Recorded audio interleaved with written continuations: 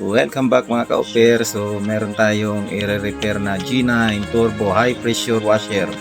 So ang issue nito, sabi ni Sir, di na daw gumagana. So ayan yung G9 Turbo na model. So i-try natin kung hindi na nga ba gumagana yung unit ni Sir. So ayan, i-off muna natin. Then saksak na natin. Yan yung wire niya. So plug in, tapos switch natin. Yan. So wala talaga. So yan, tanggalin natin at buksan na natin to. So tingnan natin kung bakit nga ba hindi gumagana to. So huwag po pala kalimutan mag-subscribe, like and share sa aking Facebook page at YouTube channel. And pahit na rin ang notification bell para updated kayo sa mga i-upload kong videos. And huwag kalimutan mag-comment ng done kung kayo ay nakapag-subscribe na sa aking YouTube channel. So maraming salamat. So ito na siya. So i-try ulit natin, baka gumana na kung naalog na siya. Yan, wala pa rin. So bubuksan na natin yan. So habang binubuksan natin, so maraming salamat kay Sir Alan Masangkay ng Purok 2, San Jose, Malilipot, Albay. Salamat po Sir sa pagkatiwala ng inyong unit. Ito na. Ang nakita natin na sira dito is yung carbon niya. So tatanggalin natin yung dalawang carbon niya. Ayan siya. So manipis na pala siya. So bigla na lang humihinto ito, tapos kapag naalog ng kaunti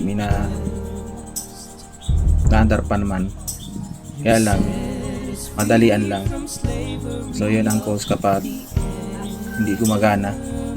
So ito yung nabili ni Sir na carbon, yung Makita CB152. So iba to, masyadong malaki to. Ayan, yung sa ulo niya iba naman, magkaiba sila. Ayan, yun sa original.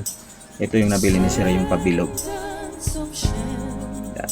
Pero gagawa natin ng paraan dyan kasi wala atang mabili dito ng katulad mismo ng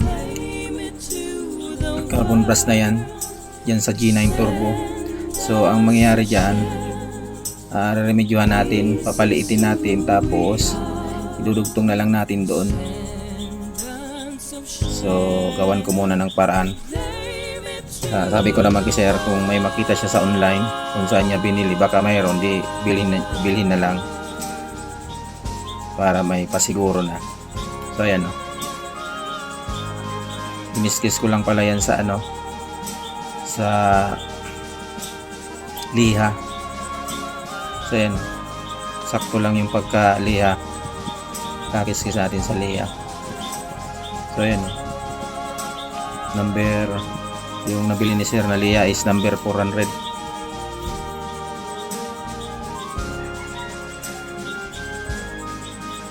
So ayan na, pinaputol ko ulit yung isa para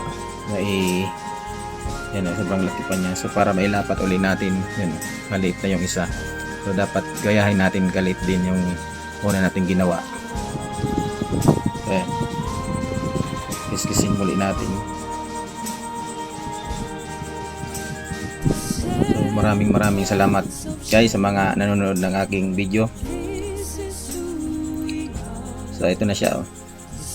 Yan, pantay na sila. So alisin lang natin yung pinagkiskisan natin ng carbon. So ilalagay na natin yung spring. Yan yung spring, yung mahaba, yung sa original yan. Yung nabili ni Sir, yung maliit na spring, yun yung remedyohan natin. So ito na siya, oh. May dugtong ko na siya. So ilalagay ko lang, tapos testingin natin kung mag-okay na. So ayan na siya. So dapat pag nalagay natin dyan sa lalagyanan ng carbon brush, dapat hindi siya yung mahigpit na ano, dapat yung naglalaro din siya.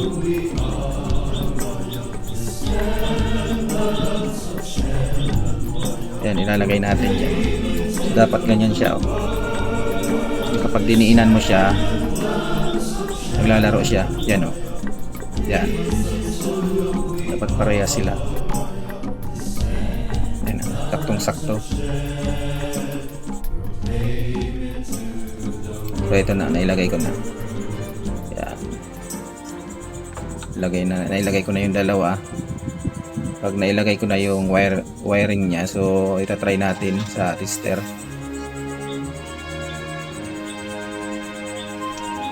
So ito na.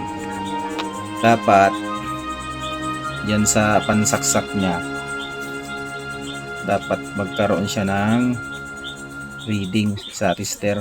Gamit tayo ng tester. Tapos sit lang natin sa continuity test. So ayan o. Dapat pag tinap natin yung dalawang sa pansaksak niya, magkakaroon ng reading yung tester natin. Papalo dapat siya. Yan o. Diba, gumalaw yung sa tester pointer. Tapos ito dapat kapag inon natin doon sa switch, eh magpapalo din. I-off natin.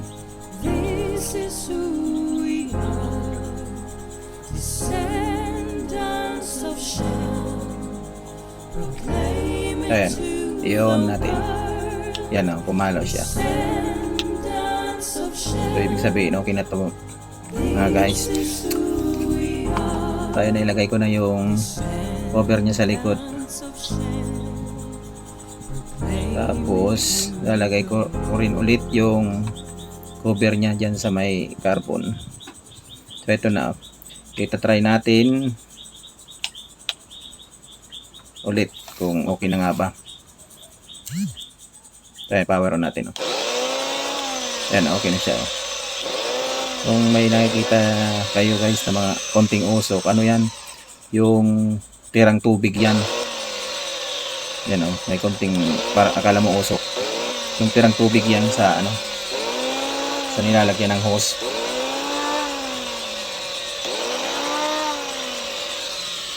Yan, okay na siya.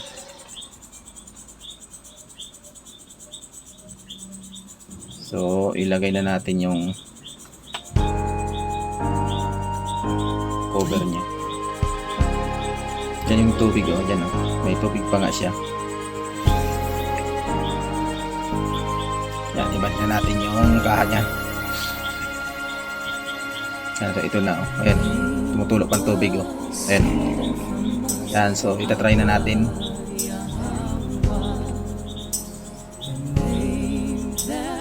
Yan si model ng G9 Turbo.